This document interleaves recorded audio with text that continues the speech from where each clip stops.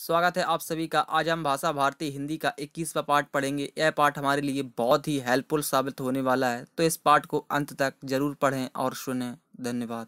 आइए सीखें पक्षी प्रेम और पक्षी संरक्षण, प्रेक्षण और परीक्षण का महत्व, जिज्ञासा और संकल्प की प्रेरणा, शब्द रचना, अनेक शब्दों के लिए एक शब्द।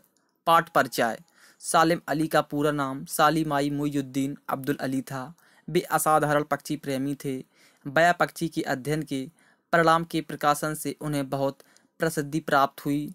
फिन बया पक्षी की खोज उनकी महत्वपूर्ण देन है। उन्होंने बुक ऑफ इंडियन वर्ड्स लिखी, जिसमें पक्षियों के रोचक वर्णन के साथ उनके सुंदर चित्र भी थे। उन्होंने पक्षी प्रेमी एड डिलन रिप्ले के साथ handbook of the words India and Pakistan लिखी। सालिम अली को पक्षी संरक्षण के लिए जे पॉल वाइल्ड लाइफ कंजर्वेशन पुरस्कार से सम्मानित किया गया। उन्हें कई राष्ट्रीय सम्मान और पुरस्कार मिले। एक 10 वर्षीय बालक भागकर आया और उसने वृक्ष के नीचे से घायल चिड़िया को उठा लिया। पक्षी गौरैया जैसा लगता था, मगर यह देखकर बालक को आश्चर्य हुआ कि उसके गले पर पीला धब्बा था। दुविधा में पड़कर बालक उस पक्षी को अपने चाचा अमीरुद्दीन तैयब जी के पास ले गया और पूछा कि यह किस किस्म की चिड़िया है। उसके चाचा इस बारे में कुछ नहीं जानते थे, लेकिन वह बालक को बॉम्बे नेचुरल हिस्ट्री सोसाइटी के ऑफिस में ले गए। अपोलो स्ट्रीट पर एक बड़े भवन में छोटा सा कमरा। लड़के का परिचय W.S. मिलार्ड से, जो सोसाइटी के अवैतनिक सचिव थे, कराया गया। मिलार्ड को यह देखकर आश्चर्य हुआ कि एक भारतीय लड़का यह पूछ रहा है कि यह कौन सी चिड़िया है। वह उसे कमरे में ले गए, जहां तरह तरह के मरे हुए पक्षियों के शरीरों में भूसा भरकर रखा हुआ था। एक के बाद दूसरे दराज खोले गए और तरह तरह की चिड़ियां दिखाई गईं। लड़के ने शायद यह कल्पना भी नहीं की थी कि पक्षी भी इतने प्रकार के होते हैं। वह आश्चर्यचकित सा मुँह बाय देखता रहा। मिलार्ड ने एक दराज खोला, जिसमें तरह तरह की गौरैयां रखी थी। सावधानी से देखकर मिलार्ड ने एक मरा हुआ पक्षी उठाया। वह पक्षी बिल्कुल वैसा ही था जैसा वह बालक अपने साथ लाया था। यह एक नर बया पक्षी था। वह केवल वर्षा ऋतु में ही पहचाना जा सकता है, जब उसके गले पर पीला धब्बा उभर आता है। लड़के ने विस्मित होकर कहा, मिलार्ड, मुझे नहीं पता था कि इतनी तरह के पक्षी होते हैं। मैं इसके बारे में सीखना चाहता हूँ। मिलार्ड ने मुस्कुराकर सिर हिलाया। उन्होंने अब तक पक्षियों के बारे में जानने के लिए इस क्षेत्र के किसी बैक्स में भी विशेष उत्साह नहीं देखा। उसके पश्चात यह बालक प्रायः वहां आने लगा। वह सीखने लगा कि पक्षियों को कैसे पहचाना जाता है, मरे पक्षी को सुरक्षित रखने के लिए उनके शरीर को कैसे भरा जाता है। इस बालक का नाम था सालिम मुइजुद्दीन अब्दुल अली, जिन्हें सारा संसार असाधारण पक्षी प्रेमी सालिम अली के नाम से जानता है। उसका जन्म 12 नवंबर सन 1896 में हुआ था। अपनी उम्र के 90 दशक में पहुंचकर भी पक्षियों की उनकी रुचि वैसी ही रही जैसी तब थी, जब वह पहल मिलार्ड से मिले थे।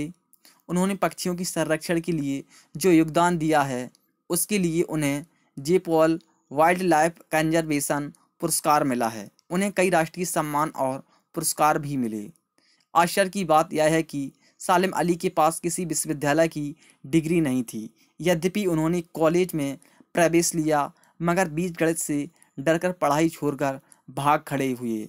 वह अपने भाई की वुल्फ्रेम की माइनिंग में मदद करने बर्मा चले गए, लेकिन यहाँ भी वह असफल रहे। वह बर्मा के जंगलों में वुल्फ्रेम के बदले पक्षियों की खोज करने लगे। घर लौटने पर उन्होंने प्राणी शास्त्र में एक कोर्स कर लिया और बॉम्बे नेचुरल हिस्ट्री सोसाइटी के अजायब घर में गार्ड नियुक्त हो गए। वह इसका उच्च प्रशिक्षण लेने के लिए जर्मनी गए। एक वर्ष बाद लौटने पर उन्होंने पाया कि उनकी नौकरी चली गई है और वह बेकार हो गए हैं। पैसे की कमी के कारण उनकी अनुपस्थिति में उनका पद ही समाप्त कर दिया गया था। सालिम अली विवाहित थे और उन्हें काम की सख्त ज़रूरत थी, लेकिन उन्हें ज़्यादा से ज़्यादा क्लर्क का ही काम करने की उम्मीद थी। उसके बाद उन्हें मनचाहे काम वर्ड वाचिंग के लिए अधिक समय नहीं मिल सकता था। सौभाग्य से उनकी पत्नी की कुछ निजी आय थी, जिससे उन्हें बहुत सहारा मिला। उन्होंने बंदरगाह के पास किही में एक छोटा सा घर ले लिया। वह घर पेड़ों के बीच बना हुआ था और वहाँ बड़ी शांति थी।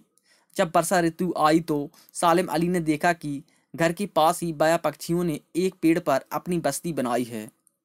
तब बया पक्षी के बारे में लोगों को कुछ ज़्यादा जानकारी नहीं थी। इन पक्षियों का अध्ययन करने का सालिम अली के लिए यह सुनहरा अवसर था। 3-4 महीनों तक वे रोज घंटों बैठे पड़े धैर्य से इन पक्षियों को वहां कार्यरत देखते रहते। सन 1930 में उन्होंने अपने इस अध्ययन के परिणाम को प्रकाशित किया तो उन्हें पक्षी विज्ञान ऑर्निथोलॉजी में खूब ख्याति मिली। जो महीने उन्होंने बया पक्षियों का अध्ययन करते हुए बिताए थे, उससे उन्हें स्वयं परीक्षण और परीक्षण का महत्व समझ में आया और वह यह भी जान गए कि आंखें बंद करके किसी की बात को, चाहे वह कितने भी प्रसिद्ध व्यक्ति ने क्यों ना कही हो, स्वीकार नहीं करना चाहिए। वह अपने पर्यवेक्षण के परिणामों को बार बार जांचते थे और जल्दी किसी परिणाम पर नहीं पहुंचते थे। इससे उनके विचारों और राय को आधिकारिक माने जाना लगा और इसी कारण कई बार उनका टकराव वरिष्ठ पक्षी प्रेमियों से हुआ। इनका प्रसिद्ध उदाहरण है रैकेट टेल्ड ड्रोमो में दुम के परों का निकलना। एक प्रसिद्ध पक्षी विज्ञानी ने कहा कि सालिम अली का परीक्षण गलत है, लेकिन अंततः सालिम अली ही ठीक निकले। उनकी फिन बया की खोज भी महत्वपूर्ण योगदान है। समझा जाता था कि 100 वर्ष से वह पक्षी विलुप्त हो गया है, मगर सालिम अली ने कुमाऊं की पहाड़ियों में उसे खोज निकाला। अपने बचपन में सालिम अली को भारतीय पक्षियों पर एक अच्छी पुस्तक की कमी बहुत खलती थी। जो कुछ पुस्तकें उपलब्ध थीं उनमें चित्र ही नहीं थे और इनमें केवल उबा देने वाला विस्तृत वर्णन था। ऐसी पुस्तकें किसी का पक्षियों के प्रति उत्साह बढ़ाने के स्थान पर उसे बिल्कुल समाप्त कर देती हैं, विशेषकर बच्चों में। सन 1941 में उन्होंने यह कमी पूरी करने की कोशिश की और बुक ऑफ इंडियन बर्ड्स लिखी। उसमें पक्षियों का रोचक और सुंदर वर्णन भी था और प्रत्येक जाति का सुंदर चित्र भी। किसी अजनबी के लिए भी उसे देखकर पक्षी पहचानना आसान हो जाता है। सन 1948 में उन्होंने प्रसिद्ध पक्षी प्रेमी एस डिलन रिप्ले के साथ एक अन्य महत्वाकांक्षी योजना पर काम आरंभ किया। दोनों ने 10 खंडों में एक पुस्तक लिखी, handbook of the birds of India and Pakistan.